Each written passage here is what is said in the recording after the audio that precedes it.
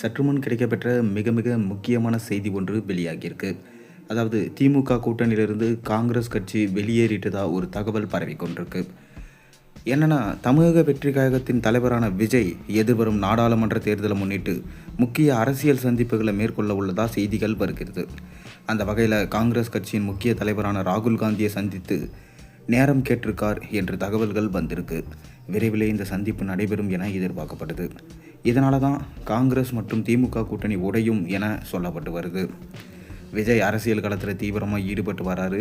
தேர்தலுக்கு தயாராகும் நோக்கில் பல்வேறு அரசியல் தலைவர்களையும் சந்தித்து ஆலோசனை நடத்த திட்டமிட்டிருக்காரு.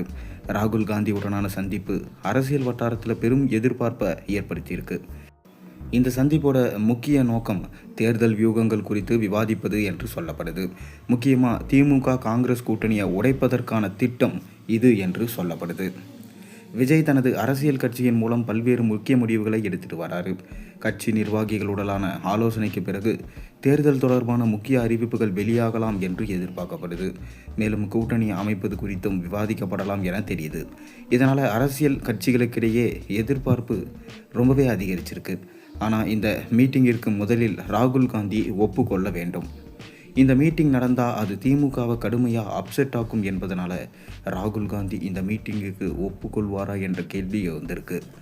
காங்கிரஸ் கட்சியில் சில சீனியர்கள் மட்டும் கட்சி அழிஞ்சு விட்டு இருக்கு, காங்கிரஸ் வளரும்னா திமுக கூட்டணியிலிருந்து காங்கிரஸ் வெளியே வர வேண்டும், அது மட்டும் இல்லாமல் கூட்டணி ஆட்சிக்கு தமிழக வெற்றி கழகம் அதிமுக தயாராக இருக்குது, அந்த கட்சியுடன் நாம் கூட்டணி வைத்தா ஆட்சியில் காங்கிரஸுக்கு பங்கு கிடைக்கும், 50 முதல் 60 ஆண்டு காலமாக அரசியல் அதிகாரம் காங்கிரஸுக்கு கிடைக்கவே இல்லை, அரசியல் அதிகாரம் கிடைக்க வேண்டுமானால் தமிழக வெற்றி கழகம் அல்லது திமுகவோட கூட்டணி வைப்பது அவசியம், அப்போது தான் நமக்கு பதவி கிடைக்கும், நமக்கு அமைச்சர் பதவிகள் கிடைத்தால்தான் கட்சி வளரும் என்றும் சில சீனியர்கள் மேலிடத்திலிருந்து அழுத்தம் கொடுக்குறாங்க.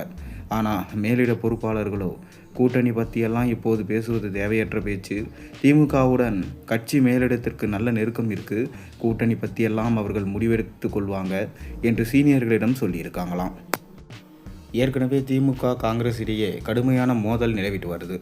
திமுக எம்பி திருச்சி சிவா நிகழ்ச்சியில் ஒன்று பேசியது பெரிய அளவில் சர்ச்சையானது. கலைஞர் கருணாநிதி என்னை காரில் அழைத்து செல்வார், எனது 23, 24 வயதில் என்னிடம் அவர் கூறுவார், சில பேர் இதை நினைப்பாங்க என சின்ன பையனிடம் போய் சொல்கிறார் என்று.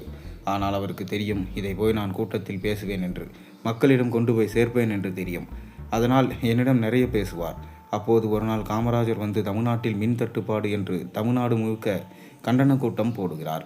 காமராஜருக்கு ஏசி இல்லை என்றால் அலர்ஜி வந்துவிடும், அதற்காக நான் அவர் தங்குகிற விடுதிகளில் எல்லாம் ஏசி வசதி செய்ய உத்தரவு கொடுத்தேன், ஆனால் என்னை எதிர்த்து தான் கூட்டம் போடுகிறார் என்று சொன்னார். இதுபோல் காமராஜரை அவசர காலத்தில் கைது செய்ய துடித்தனர், ஆனால் அது முடியவில்லை. அப்போது அவர் ஒரு நிகழ்ச்சிக்காக திருப்பதி போக இருந்தார். உடனே திமுகவின் தலைமையகத்தில் இருந்து அவருக்கு ஃபோன் சென்றது, தயவு செஞ்சு நீங்கள் திருப்பதி போக வேண்டாம் என்று கூறப்பட்டதாம். ஆனால் அவர் அதற்கு நான் திமுக காரன் இல்லை, காங்கிரஸ் என்னை தடுக்க நீங்கள் யார் என்று குறிப்பிட்டிருக்காரு. இப்படிப்பட்ட நிலையில தான் காங்கிரஸ் கட்சியின் முக்கிய தலைவரான ராகுல் காந்தியை சந்திக்க விஜய் நேரம் கேட்டிருக்காராம். கூடிய விரைவிலே இவங்க சந்திப்பாங்க என சொல்லப்பட்டது. ஆனால் காங்கிரஸ் மாநில தலைவர் செல்வ பெருந்தகை எனக்கு இந்த மீட்டிங் பற்றி எதுவும் தெரியாது, எந்த தகவலும் வரவில்லை, உங்களுக்கு தகவல் தெரிந்தால் சொல்லுங்க என்று குறிப்பிட்டிருக்காரு. இதனால் உண்மையிலே இருவருக்கு இடையில சந்திப்பு நடக்குமா என்ற கேள்வி வந்திருக்கு. மேலும் திமுக மற்றும் காங்கிரஸ் கட்சி உடையும் அபாயம் ஏற்பட்டிருக்கிறதா இப்போ தகவல்கள் வந்த வண்ணம் இருக்குது.